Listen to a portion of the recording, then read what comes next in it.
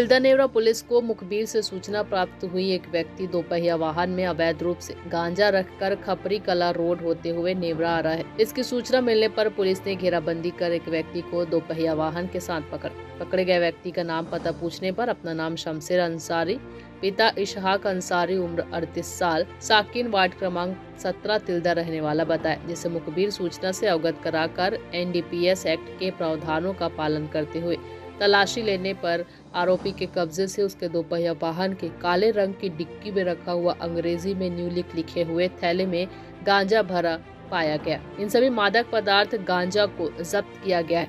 आरोपी को गिरफ्तार कर न्यायिक रिमांड पर भेजा गया है। तिल्दा नेवरा से अजय नेताम की रिपोर्ट। सूचना पर ग्राम खपरी कला में अवैध रूप से गांजा का परिवहन करते हुए तिल्दा निवासी शमशेर अंसारी, पिता इशहाक अंसारी, उम्र 38 वर्ष, निवासी तिल्दा को गिरफ्तार किया गया है, जिसके कब्जे से 1 किलो 400 ग्राम गांजा और अपराध में प्रयुक्त दोपहिया वाहन पैशन प्लस तथा एक मोबाइल जब्त किया गया है।